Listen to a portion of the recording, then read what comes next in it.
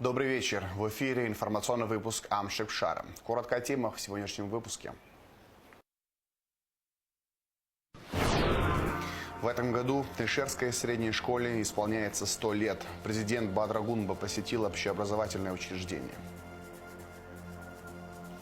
Расширенное заседание Президиума Академии наук Абхазии, посвященное 80-летию со дня рождения Арзанба, прошло в Сухуми. Лекция, посвященная колориту советской эпохи в архитектуре города Сухум, прошла в Доме Москвы.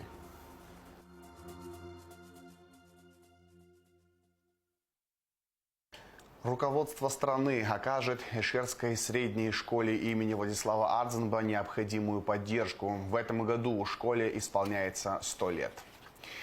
Президент Бадрагунба посетил общеобразовательное учреждение, осмотрел отремонтированный спортзал и экспонаты школьного музея, посвященного Отечественной войне народа Абхазии. Затем президент провел рабочую встречу с главой администрации Сухумского района Алхасом Читанава и депутатом парламента Фазлыбем Авицба, где шла речь о том, что необходимо сделать в школе в первую очередь. Подробности в материале Шазины Ханагуа. В живописном селе Эшера находится школа, где переплетаются история и образование. Это не просто учебное заведение, а настоящая сокровищница памяти об одном из самых значимых деятелей Абхазии. Сам Владислав Арзанба прошел здесь годы учебы, а его родители были неотъемлемой частью школьной жизни. Отец Григорий Константинович многие годы преподавал историю и был завучем, а мать Надежда Шабановна заботилась о порядке в школе, работая деловодом. Утром с официальным визитом в школу прибыл глава государства Бадрагунба. Для президента провели экскурсию, показали экспозицию, посвященную Арзанба, рассказали о жизни первого президента, вручили в подарок книгу «Эпоха Арзанба».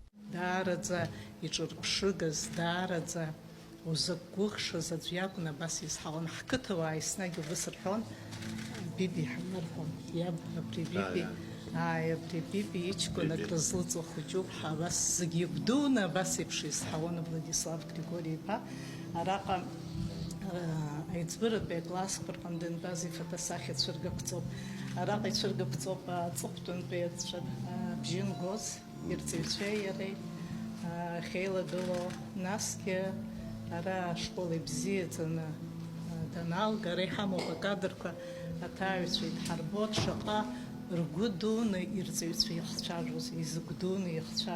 Бадрагунба отметил, что после завершения строительства музея в мемориальном комплексе Владислава Арзанба будет возможность перенести туда экспонаты. Музей Ганахила на сера проекты Шербазы Шера Владислав Григорий Поддакшу, комплекс Джар Трахку и Топу уже Аргаловича Напала Копа Старых Ацбара. Скуяна год харем какой аргала рахала год упрягана хела сарейший мой экспонат Глава государства осмотрел школу. Ранее здесь капитально отремонтировали 3 кабинета. Сейчас необходимо обновить ограду и провести ремонт фасада учреждения. Предварительно согласовав с администрацией и с администрацией школы, составили дефектный акт. Первоочередные работы по фасаду, цоколь и фасадная часть, работы по музею, обустройству музея, работы по ограждению, входная группа и благоустройство территории, асфальтирование площадки, въезда. Все больше на данном этапе. Проблемы с кровлей есть? Есть, но мы тоже учли ремонт. И спортзал, и кровля. Частично. С учетом тех возможностей, которые есть, обязательно нужно оперативно приступить, тем более в этом году 100 лет исполняется школе. Школа носит имя Владислава Григорьевича Арзанба. Но, откровенно говоря, состояние школы оставляет желать лучшего. Бадрагунба также осмотрел отремонтированный спортзал. Работы близятся к завершению. Осталось установить отопление. Недоделано у нас, бойлерное отопление. Делают они в процессе всего вот этого. Все остальное вроде доделано. Депутат парламента Фазлыбем Авицба рассказал об истории школы, ее значимости и о том, что пришлось пережить жителям села в годы Отечественной войны народа Абхазии. Он отметил, что школа нуждается в ремонте. Кроме того, один из участков дороги, ведущий к школе, требует расширения. сказала, уже макана жух миллиона конца акадию нерему паха мазы гербадзам. הפרלמנט הארצי იყო 2 מיליון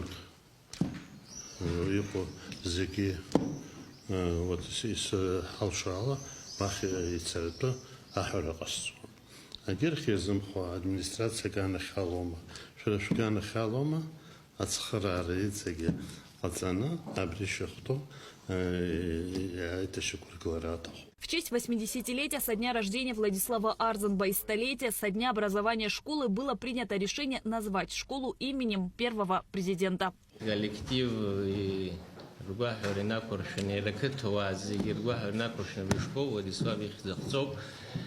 уже ариайрам шира юбилей очным май випширзе абризиги и пшнокумка ашкс царашкс аналаго абри мероприятие шокнагонс иреюэдзерей шакнаго шишкса хоцра школги нарбаны абра мероприятие хвитоп абриоп яхегихчик хазырцахцахо Владислав Григорий по ихецхо школ атыгылы зайшы хымпада era atăgălă zașa ich prăuscă e halșu zic na hagdot sunt pășușcu să hoțotare școlă și zăzgoaște zipș e halșu obri am tăzgoatără olandă e halșu uscomi pa că pascuiană gud.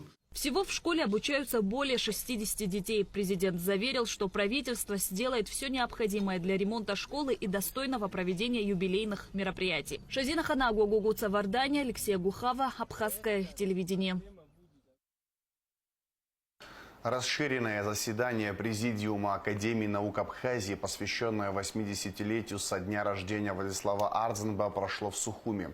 На мероприятии присутствовала вдова первого президента Светлана Джиргения. Заседание также посетили вице-премьер Джансух Нанба, глава администрации президента Беслан Эшва. Подробности в материале Бундышова. 2025 год в республике объявлен годом первого президента Абхазии Владислава Арзенба, 80-летие которого отметили 14 мая. Как известно, Владислав Григорьевич очень любил науку, и его научные труды представляют большой интерес. Поэтому неудивительно, что в память о ученом, историке и выдающемся государственном и политическом деятеле Академия наук провела расширенные заседания. Представленные доклады охватили различные аспекты жизни и деятельности первого президента. Особое внимание было уделено его вкладу в становление и развитие абхазской государственности. Владиславу Арзенбу было предопределено стать проводником курса, направленного на реализацию права абхазского народа на самоопределение. Депутат Верховного Совета Абхазии 1988-1999 годы, народный депутат СССР Верховного Совета СССР, председатель подкомиссии по государственному и правовому статусу автономных образований Верховного Совета СССР, член Президиума Верховного Совета СССР 1989-1991 годы. По его инициативе и при непосредственном участии был выработан и принят ряд законов, а также поправок к Конституции СССР, закреплявших суверенный государственный статус бывших автономных республик. Владислав Арзенба был ученым широкого профиля, историком, филологом, специалистом в области древневосточных и кавказских цивилизаций, культур, мифов, ритуалов и религии. Занимался он и вопросами правовой и политической системы хетского общества и хетской дипломатии. К началу 1980-х годов Владислав Григорьевич фактически возглавил школу советской хеттологии, став ее выдающимся представителем. Его трудам в области востоковедения и кавказоведения посвящался доклад академика Вячеслава Чирикпы. Определяющую роль в выборе специализации молодого Владислава сыграл его учитель, крупнейший абхазский этнолог профессор Шалва Денис Шиналопа. Владислав Григорьевич рассказывал мне, как однажды Шалва Иналба вернул перед ним карту древнего мира и сказал: вот здесь было хетское царство, я хотел бы, чтобы занимался хеттами. Почему абхазского этнолога так интересовали хетты? Потому что именно через изучение хетского языка и хетской цивилизации можно было проникнуть в тайну хаттов, древних предшественников хеттов, язык которых, как полагают многие ученые, генетически связан с языками Северо-Западного Кавказа. Участники заседания отметили неоценимое значение наследия Владислава Ардзинба для будущих поколений абхазского народа. Его имя навсегда останется в истории Абхазии как символ мужества, стойкости и преданности своей родине. Среди многообразных научных проблем, разрабатываемых Владиславом Григорьевичем, одно из центральных мест принадлежало проблеме реконструкции образов, сюжетов и мотивов нардского эпоса. Глубокие познания Владислава Григорьевича в области древних культур дали ему возможность раскрыть прежде незамеченные ритуально-мифологические тайны абхазской нартяды. Здесь особенно ярко проявился блеск таланта историка-хитолога, исследователя ритуалов и мифов эпической традиции и языков Древней Анатолии и Кавказа. Соратники Владислава Ардзинба поделились воспоминаниями и личными впечатлениями об его лидерских качествах, принципиальности и заботе о благополучии народа. Во время чаепития он говорит, значит, мы обязательно победим, мы вернемся в Сухуми. Как мы вернемся, на базе всех этих сельскохозяйственных учреждений должно быть создано научно-исследовательский институт сельского хозяйства. Мы услышали, в апреле 1993 году выходит постановление правительства и был организован институт сельского хозяйства. В мероприятии приняла участие вдова первого президента Светлана Джергения. Ей вручили 8 томов нардского эпоса за авторством президента Академии наук Абхазии Зураба Джапо. Заседание Академии наук стало важным событием в череде мероприятий, посвященных памяти первого президента Абхазии, и еще раз подтвердило глубокое уважение и признание его заслуг. Кундашова, Инал Гвинджия, Абхазское телевидение. Центральная избирательная комиссия 11 июня зарегистрировала инициативную группу избирателей по выдвижению Астамура Дауровича Джопуа кандидатом в депутаты парламента по избирательному округу номер 26. Досрочные выборы по этому округу состоятся 26 июля. Выборы назначены в связи с досрочным лишением Адгура Харазия, баллотировавшегося по этому округу, депутатских полномочий. В МВД провели медосвидетельствование личного состава на предмет употребления запрещенных веществ. Тестирование проходило в здании МВД, где лаборанты Республиканского наркологического диспансера подготовили все необходимое для процедуры. Тесты выявили 10 видов запрещенных веществ. Первыми проверку прошли министр Роберт Киут, замминистра Беслан Чкадуа и руководство УГАИ. На сегодняшний день тестирование прошли более 100 человек. Целью данного тестирования является выявление недобросовестных сотрудников, употребляющих наркотические средства и психотропные вещества. Проводится оно в соответствии с поручением главы государства Бадры Гунба.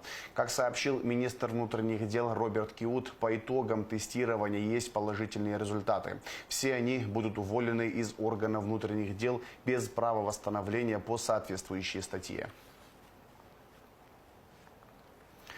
12 аппаратов для добычи криптовалют обнаружены и изъяты сотрудниками ГТК и СГБ 10 июня при осмотре подсобного нежилого помещения в доме номер 49 по улице Татарской в Сухуми. Оборудование принадлежало гражданке Харчилава, которая проживает в этом доме, но прописана в Ткварчале. Она пояснила, что аппараты она приобрела в Сухуми у незнакомого ей ранее лица без товаросопроводительных документов, подтверждающих таможенное декларирование на территории Абхазии. Вину свою признала полностью, сообщает пресс-служба ГТК. Возбуждено дело об административном правонарушении. Министр просвещения Хана Гунба принимает участие в 3-м международном форуме министров образования «Формируя будущее», который проходит с 11 по 12 июня в городе Казань. В рамках форума состоялись встречи Гунба с директорами всероссийских детских центров «Орленок» и «Океан». Также планируется ряд встреч, посвященных актуальным вызовам международной образовательной среды, системе ценностей, воспитанию, оценке качества и доступности образования. В форуме принимают участие представители более 30 стран, среди них министры образования Объединенных Арабских Эмиратов, Белоруссии, Абхазии, Южной Осетии, Мьянмы, Лаоса, Камеруна, Буркина-Фасо, Зимбабве и других государств. Лекция, посвященная колориту советской эпохи в архитектуре города Сухум, прошла в Доме Москвы. Спикером выступила Манана Кокускир, заслуженный журналист Абхазии, старший научный сотрудник АБГИ. Мероприятие было посвящено Дню России, который отмечается 12 июня. Репортаж Айлиты Арутюнян. Архитектура – значимая составляющая в жизни человечества. Это древнее искусство строительства, проектирования различных сооружений и зданий по всему миру. Конечно же, древний город Сухум тоже часть исторического наследия. Зрителей, посетивших лекцию, ждал приятный подарок – книга под названием «Архитектура Сухума». У каждого обладателя книги была возможность до начала мероприятия получить автограф от самого автора. Аудитория с интересом слушала не только лекцию, но и могла увидеть старые фотографии города. Манана Кокускир рассказала о том, как появилась идея создания книги. Это моя плановая работа в АБГИ. Но когда я стала копаться в протоколах, документах, в газетах, путеводителях, я увидела, что набирается очень интересный материал. И думаю, что ж самой только лицезреть это, когда надо людям показать. Тем более, что этот период не исследован в Абхазии. Сухум – это последнее название города. На протяжении своей долгой истории столица Абхазии называлась по-разному. Аку, Диаскурия, Себастополь, Сухум-Кале и не только. Менялся и внешний облик города. Город Сухум, который вы сейчас видите, он возник совершенно недавно. Хотя нашему городу 2500 лет. Но вот те постройки, которые вы наблюдаете, это постройки после последней русско-турецкой войны 1877-1888 года. Эта война шла 1 год, но она уничтожила наш город. Те люди, которые строили здесь дома первые, они приглашали российских архитекторов, очень продвинутых для своего времени. И эти люди нам построили те самые дома, которыми мы сейчас с вами любуемся. В своей лекции Манана Кокускир рассказала об архитектуре зданий ЖД вокзала, администрации Сухума, железнодорожной платформы ГУМа и многих других построек столицы. Это один из эскизных проектов. Вот такой мог быть у нас дом правительства. Вот я нашла этот проект. То есть вот тот же Ленин. И посмотрите, какой он был, да, камерный. Но этот не прошел проект. А какой прошел? Вот это тоже из этой серии. Вот такой предлагали советские архитекторы в 1933 году. Вот он, наш проект, который победил. Для того, чтобы построить этот дом, была создана организация, называлась «Управление по постройке Дома правительства при ЦК СССР». Вот они, эти строители. Также в ходе лекции Манана Кокускир рассказала о приезде Алексея Шуйсова, знаменитого советского архитектора, и о том, как его приезд повлиял на архитектуру города. В 1930 году сюда приехал Щусев, знаменитый академик архитектуры. Это автор разработал обязательные нормы архитектуры для всех городов Советского Союза. Представляете, автор вот этого, учебника по архитектуре. Он приехал сюда в 30-е годы, сам прошелся по берегу, по улицам. И вот его советы были просто гениальные. И вот то, что мы сейчас видим в Сухуме, в принципе, это его заслуга. Благодаря лекции Мананы Кокускир молодое поколение получило возможность узнать больше об исторических и архитектурных зданиях Сухума. Их уникальность и удивительная история напомнила о необходимости сохранения культурного наследия нашей страны. Айлита Арутюнян, Ахрам Мичба, Абхазское телевидение. Сотрудники госинспекции по маломерным судам и погрануправления ФСБ России в Абхазии провели совместный рейд в акватории Сухумского, Гудаутского, Гулрыбского и Очимчирского районов. Проверяли наличие у владельцев маломерных судов соответствующей документации на право пользования плавательными средствами, а также их технического состояния. Инспекция выявила незначительное количество нарушений правил судопользования. Нарушителям вынесены устные предупреждения и выписаны административные штрафы. Нарты из Абхазии примут участие во встрече выпускников КВН в Екатеринбурге. Игра состоится 20 июня в зале МТС Live Hall. Во встрече выпускников КВН также ожидаются выступления команд высшей лиги 4 Татарина, Татарстан и сборная МАИ Москва. А сейчас расскажем о погоде. В четверг, 12 июня, в Абхазии не ожидается осадков. Температура воздуха ночью 15-20, днем 21-26 градусов тепла. Температура морской воды плюс 22 градуса.